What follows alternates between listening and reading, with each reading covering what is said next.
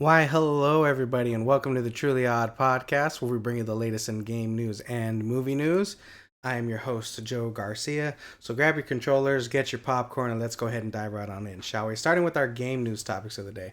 And our first game news topic of the day is regarding PlayStation Network has an outage on October 14th, which was last night at around 7 p.m. Let's go ahead and take a look here. Now, I know quite a bit of people online were thinking it was another hack, but apparently it is not. Let's go ahead and take a look. Starting at 7 p.m. PT on October 14th, players experienced disruption across online gaming and services, including trophies, challenges, and game streaming. PlayStation confirms the issue and is actively working on a resolution, though some users have had intermittent success in resetting their console. While PlayStation Video and the store remains unaffected, users are advising players to play offline and switch platforms until the service has been restored. So it does look like that they were having a bit of an issue when it came to the servers and the access to the network as it went out for some players or some users of the PlayStation, but it doesn't seem to be a hacking issue, at least not as of we know currently. Sony has had kind of a record of being hacked over the years, so I just wanted to bring it to your guys' attention to let you know that if it is the case of them being hacked, then maybe you want to reset your console just to see what happens and make sure you're all set and ready to go.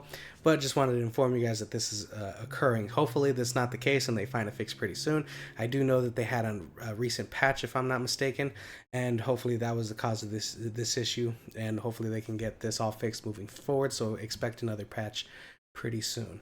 All right, guys, that being said, let's go ahead and move over to our next game news topic of the day.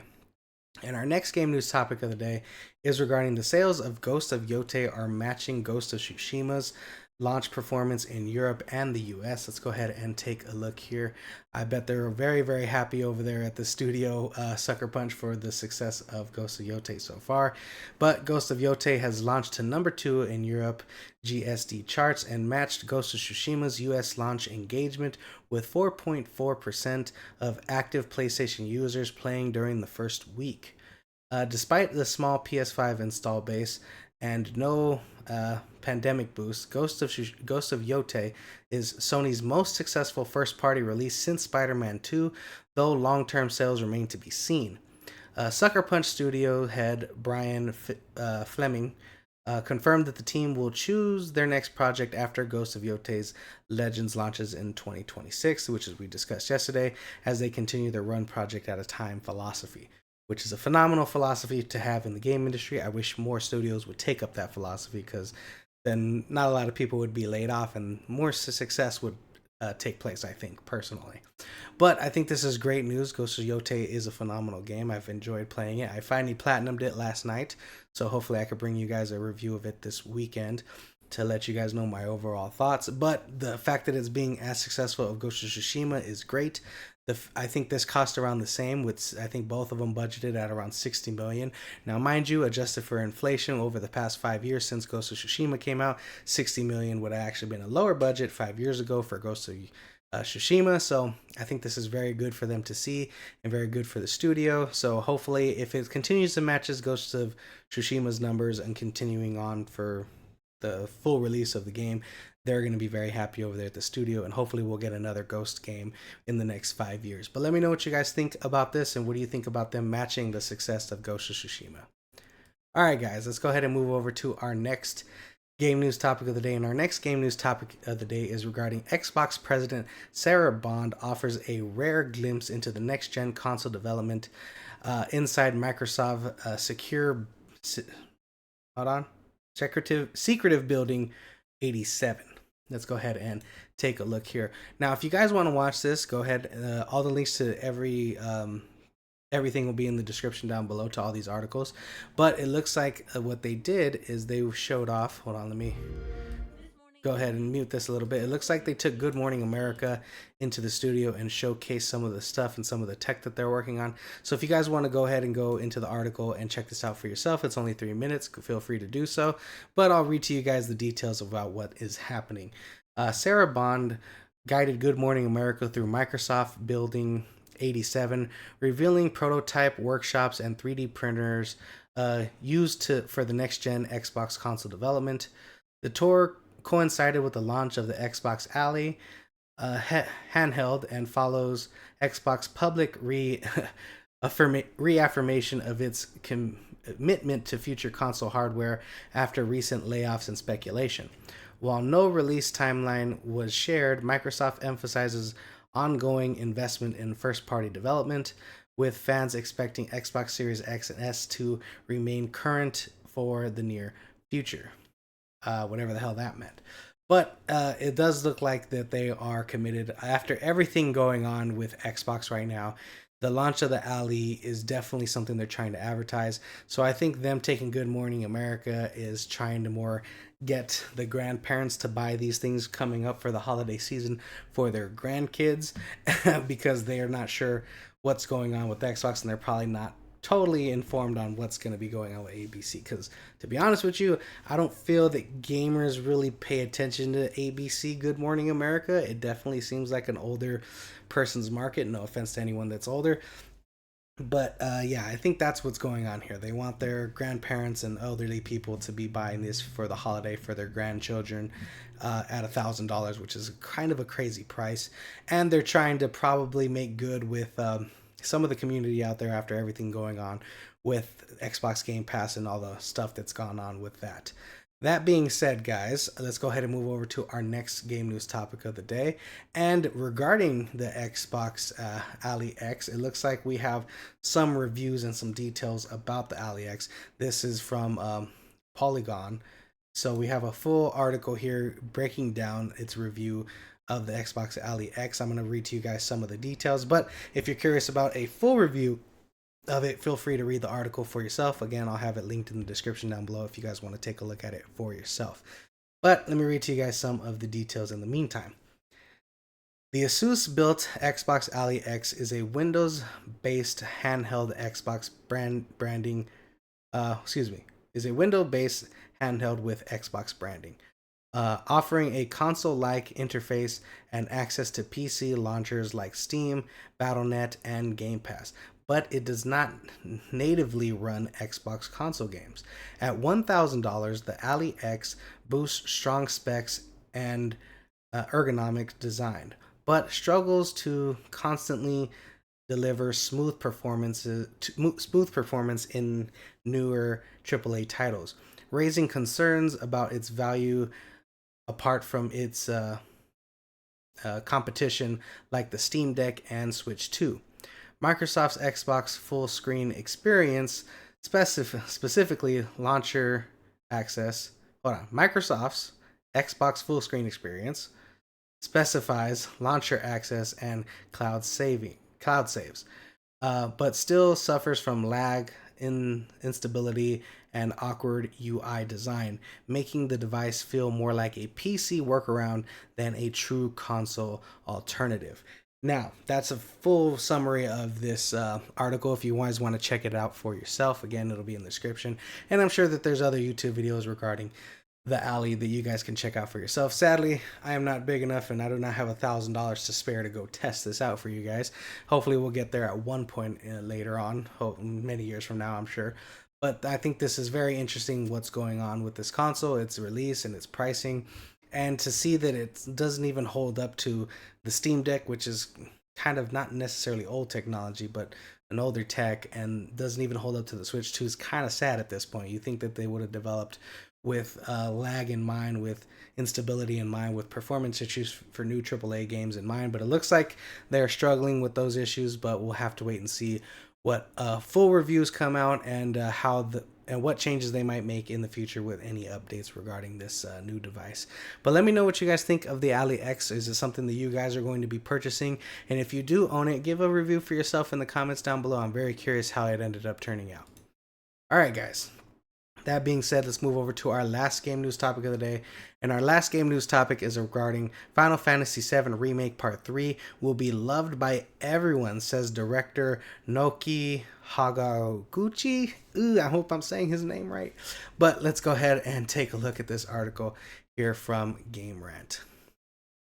So, Naoki Hamaguchi, God, I hope I'm pronouncing that right, revealed at revealed at the Brazil Game Show 2025 that the team has a clear vision for Part Three's ending, amid aiming for a satisfying. Oh, excuse me, aiming to satisfy both long-term fans and the original and newcomers. Sorry, aiming to satisfy long-term fans of the original and newcomers to the remake trilogy. Hamaguchi explained that the story could have been condensed into one game, but the team opted for a trilogy to fully leverage new technology and deliver a rich narrative experience. While Part 3 has no internal launch while Part 3 has an internal launch target at Square Enix, no public release date has been announced as of yet. So, I'm curious how this is going to turn out for Final Fantasy VII Part 3. And it's interesting that he specifically mentioned that they could have condensed it into one game. I think the original plan might have been for them to make one game, not necessarily as graphical and as big as it has been so far, but something smaller towards what the original kind of was for them, with that kind of graphics just more enhanced and making it almost exactly to what it was. I think it was to their benefit of turning this into a trilogy. And the reason for that is not only monetary, because they've made a lot of money already on the first and second parts, but to have it released in a third part, making it a nice, cool trilogy for the Final Fantasy VII and expand on the story, expand on the gameplay, expand on the game itself has probably been a benefit for the team and a benefit for fans. I'm sure fans have loved it. Now, to be honest with you guys, I have never played a Final Fantasy game, and I probably will check out the trilogy once it's released. And the reason for that is because I have a feeling that they're going to release a trilogy bundle pack with these games, and that'll be my time to jump in and check it out for myself. But let me know what you guys think of this in the comments down below. Do you like the director's comments that it's going to be one of the be beloved by everybody, and are you hoping to get this trilogy finalized probably sometime in 2026? Let me know what you guys think in the comments down below. All right, guys. That being said, let's go ahead and move on to our movie news topics of the day. And our first movie news topic of the day is regarding Christopher Nolan is praising Dwayne "The Rock" Johnson's heartbreaking performance in The Smashing Machine. Let's go ahead and take a look here. On the Directors Guild podcast, Christopher Nolan called Dwayne Johnson's performance in The Smashing Machine incredible and heartbreaking, declaring it one of the best in recent years. Director Ben Safdie shared that he was developing the film while acting in Oppenheimer, even recruiting Emily Blunt during a Q&A session, prompting playful remarks from Nolan.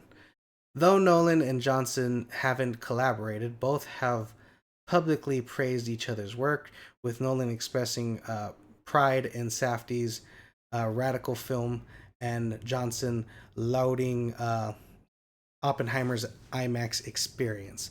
I think this is awesome. I love seeing, people in the industry support each other. It's really, really cool. I know this movie has not been doing well at the box office, and so I don't think Christopher Nolan's input is going to necessarily help Dwayne's performance at the box office, but it might keep Dwayne in the discussion for awards contention. And the reason for that is even though the award season shouldn't be based off box office input, some of the times it can influence some people's inputs, even though that should not be the case. But it is kind of what it is sometimes. Sometimes box office success can really emphasize what people are viewing and what people might be interested in seeing as far as voting's concerned. So hopefully with Christopher Nolan praising his performance, other people can praise it as well, and going into the Oscar season, he can still be recognized. I think he will get a nomination. We'll have to wait and see what ends up happening, but I think he might actually end up getting one. Now, I haven't seen the movie for myself, so if he is nominated, I will have to probably check the movie out just to see his performance and see how he does compared to the other actors. But this is probably going to end up being Daniel Day-Lewis's year, given that he has returned to acting this year. But let me know what you guys think about Christopher Nolan commenting on The Smashing Machine and Dwayne "The Rock" Johnson's performance. And if you've seen the movie, do you agree with him on his heartbreaking performance? All right, guys. That being said, let's go ahead and move over to our next movie news topic of the day. And our next movie news topic of the day is regarding Leonardo DiCaprio's Appian Way developing a Bela Lugosi biopic for Universal. Let's go ahead and take a look here. If you don't know who Bela Lugosi is, he is this gentleman right here in the black and white. He's very well known for playing Dracula back in the, I think, the 30s. So let's go ahead and take a look here. Appian Way Productions is teaming with producer Alex Cutter and Darlie Marshak, I hope I'm pronouncing that right, to develop a Universal Picture biopic focused on Bela Lugosi's rise to fame, with a script by acclaimed writer Scott Alexander and Larry Katzen Kraswex, however the hell you pronounce that, Karazaweks. Just so you guys know, this is where is his fucking name? It has to be in here somewhere. This gentleman right here, I don't know if you guys can see me highlighting right here. That's the last name I'm trying to pronounce. So this time it's not my dyslexia. It's literally, I don't know how to fucking pronounce that name. Anyways, let me continue reading you guys the details. Unlike Ed Wood, which depicted Lugosi's final years, the film will explore his early years to stardom, immigration from Hungary, breakout roles as Dracula, and career setbacks following his rejection of Frankenstein. DiCaprio, Davison, and Michael Hampton will produce, with Alexander and whatever the hell that guy's last name was, bringing their anti-biopic style to the narrative. And I don't know what they mean by anti-biopic. I think I do, but we'll check it out right now. Continuing their legacy of awards-winning character-driven films. So the thing I think they're referring to is the guy that the last name I can't pronounce. We'll just, what's his first name? Larry. So Larry did the biopic The People versus Larry Flynn, which is not a typical biopic. So I think that's what they're referring to when they're stating that it's like an anti-biopic, or like something not really normal compared to other biopics and stuff like that. But I think this is awesome. I don't know much about Bela Lugosi's story, so I love to. Okay, how do I say this? You shouldn't take films as historical fact, even biopics. But I do like that it gives you a genuine narrative and kind of an idea of what their life might have been like, and it gives you like some interesting snippets. The reason I say you can't take it at heart is because a good example would be Bohemian Rhapsody really bent the truth on a lot of aspects. Like I don't think he was diagnosed with AIDS until after the main concert that they performed in the movie, and I don't think he was having issues with singing before the thing. They just did that to add drama, and so while it's not necessarily an exact replica of what happened during their lives, it's a nice lead way into what the story is and kind of around what they did. What I tend to like to do is I like to see a biopic, and if I really, really enjoy it, then I'll do my own research into the person and learn more about them that way. And I don't know nothing about Bela Lugosi besides the fact that he's very famous from playing Dracula. I'm curious to know what his rejection of Frankenstein was and how that hindered his career. Maybe because he didn't want to do it, that they like blacklisted him. I'm very curious what ended up happening there. But let me know what you guys think about this in the comments down below. Are you interested in seeing a biopic about Bela Lugosi's life? Let me know what you guys think. All right, guys, let's go ahead and move over to our next movie news topic of the day. And our next movie news topic is regarding Tron Ares flopping at the box office and casting doubt on Jared Leto as a leading man. So let's go ahead and take a look here. Now, I know we read and what the box office was, but I guess there's more details as to issues with Jared Leto, I guess. Despite high production value and a Nine Inch Nails soundtrack, the film has grossed just $64 million against a $180 million budget, prompting speculation about Jared Leto's viability as a box office draw. Amid past failures like Morbius and ongoing controversy surrounding Leto, insiders are puzzled by his continued leading roles, with some suggesting an actor could have with some suggesting no actor could have salvaged the Tron reboot. Following the film's poor reception, sources indicate Tron may retreat from theatrical release, though its acclaimed animated series Tron Uprising hints at a potential for a small screen revival. So it's really sad to see this, because honestly, with Morbius, with Tron, Now, I don't know a lot about his controversy. I haven't looked into that. Whatever that may be, that's not what we're here to discuss. But when it comes to Jared Leto, he's a great actor. And the problem isn't the fact that he's a box office draw or not. And the reason I say that is because look what happened with Dwayne The Rock Johnson's movie, The Smashing Machine. He was known as, box office steroids or whatever the hell they called him. Or Viagra, box office Viagra, I think it was. And even he couldn't bring people to the movie to see The Smashing Machine. And he's been advertising that quite a bit. So, someone with Jared Leto stardom, a lot of the times box office draws aren't necessarily what they used to be. So back in the day, back in the 50s, the 60s, people used to go watch movies just to see the actors in the movies. We don't live in that era no more. No one goes and watches movies just because an actor's in it. And Hollywood, I feel, just hasn't fully grasped that aspect of filmmaking. I think if one actor is still can be said as a box office draw at the moment, it'd probably be Tom Cruise, but not to the level of what it was back then. But Tom Cruise is known for action, is known for acting. Jared Leto is a great actor. He's an Academy Award winner. He really gives his all, and I think his performance in Tron is very good, actually. But seeing how he's not been given the best movies to lead when it comes to Morbius, which was not a great movie, and Tron, which is a decent movie. I liked it overall, but he's not just chosen the best projects to be a part of. And honestly, so far from his career, I think he's better highlighted in supporting roles than he has been in leading roles, but I don't think that's a fault of him. I think that's a fault of his projects choices, if that makes sense. But let me know what you guys think of this in the comments down below. Do you think Jared Leto is not a box office draw, as this article is saying? Or do you feel like I do, is that's no longer the case, it's about the IP, and he just hasn't chosen the best projects? Let me know what you guys think in the comments down below. Alright guys, that being said, let's go ahead and move over to our next movie news topic. And our next movie news topic is regarding Kevin Hart's Hartbeat is teaming up with Lumen AI to launch live AI film a live AI film battle at LA Tech Week. Let's go ahead and take a look here. Hartbeat and Lumen AI are teaming up for a live competition where 5 teams of comedians and creators will produce short films in real time using AI tools Dream Machine and Ray 3. The event, held during LA Tech Week, will be hosted by AI storyteller Will Hatchard and judged live, with 5 films premiering on Heartbeat's LOL network.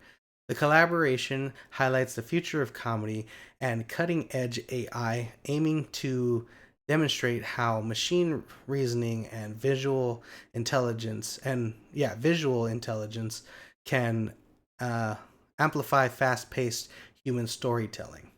So interesting that they got this going on. It's nice that it's going to be in competition based to see how different creators and different users can utilize the AI systems. I would actually like them to do, since there's I think 5 teams competing, I would like one team to not utilize any AI tools, one team to just use AI tools, and the other 3 teams to do a little bit of both.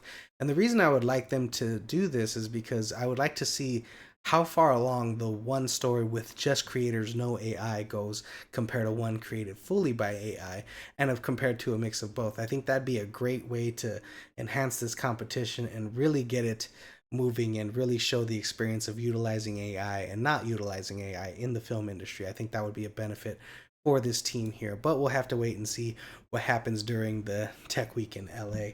But that being said, guys, our next story is something else regarding AI as well. So let's go ahead and move on to our next topic. While Kevin Hart and Hartbeat are teaming up with some AI, it looks like Hollywood script readers are fearing that they could be replaced by AI as they set up a test to see who gives better feedback. Now let's go ahead and take a look at this article again. This one's from Variety. So let me read you guys the details. Indie producer Maurice Chapdelaine. Look it up. I don't know how to pronounce it. Anyways, indie producer Maurice. I'm gonna just do that.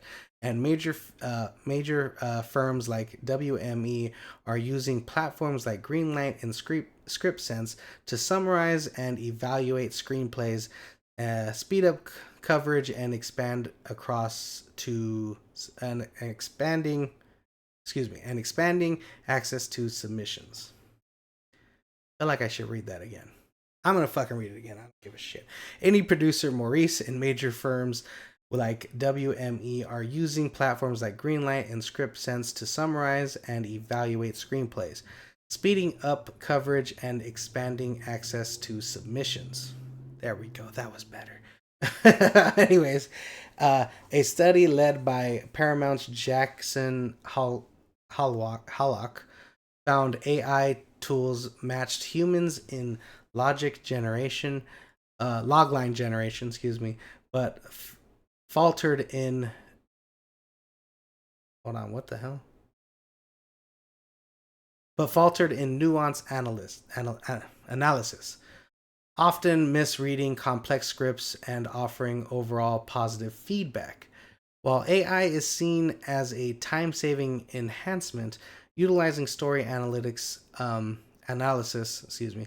worry studios may prioritize speed over quality, potentially sidelining the human insight and identifying originality and emotional resonance. Forgive me, guys, I struggled through that, but if you guys are curious about it, again, I'll have the article in the description down below. But the interesting thing here is having AI analyze stories. So I'm curious how they're training this AI, because what they can do is they can get movies with great scripts, we'll say Lord of the Rings, Godfather, and say, hey, these movies are successful and they're good. They have great this, they have great that, they have great this. Now read these couple other scripts and see how those compare. But the fact that they're not able to get nuance analysis is because I don't think AI really understands the full grasp of what the human experience really is and how that really intertwines with what we experience as viewers and what a script reader can really grasp from a story. You know, AI can't read a script and cry because it's very emotional, whereas a human can and be like, look at how emotional this script is, it made me cry. And then other people could feel the same, while maybe not to the same level as the script reader who did cry for it, maybe still get emotional and teary-eyed. And an AI can't really balance that feeling and that emotion that becomes attached to a script. Now, at some point, they will be able to do that because the AI is going to continue to be trained and continue to move forward with its progression and understanding how we do things. But in the meantime, the human element is a very important aspect. And the bad part is it's a numbers game. With a lot of these executive and a lot of these head of studios, they really focus more on the analytics and the money aspect. While yes, that's great because it is a business overall and money is very important and analytics are very important, the human aspect of that cannot be analyzed and can't be really inputted like they hope and like they wish they could. A great example is just what happened with Disney. Bob Iger really puts emphasis on giving the creatives control of their properties and what they're doing. You know, Kevin Feige having control of the MCU and what he was able to do with that under Bob Iger's leadership was very good. And there was another person in between Bob Iger and Feige. I can't remember his name. But all their leadership, giving him creative control. Now, when Bob Chapek came in, he was more analytical and more, hey, let's get as much out as we can, as fast as we can. We want this much on Disney Plus and stuff like that. And it really spread Kevin Feige, the Tim at Marvel, thin. And they ended up bringing out really bad quality product because of that. And those were analytic numbers. They were, hey, we want our numbers to look good. We want to look good on paper. We want to look good for our shareholders. Now, while that is great for the business aspect, it is not great for your storytelling aspect and to keep people invested in your stories. That's just one example, and I feel that that's going to be the same way for the script writing. But guys, sorry, that was a long-winded way of saying that. But all that being said, guys, let me know what you guys think about AI being integrated into the script reading process and script selection process. Do you think it's beneficial, or do you think it should stay out for now? Let me know what you guys think in the comments down below. And all right, guys, that's a wrap for today's episode of the Truly Odd Podcast. Thank you guys so much for joining me. If you like this episode, please like and subscribe. And always, guys, remember, stay true, be odd.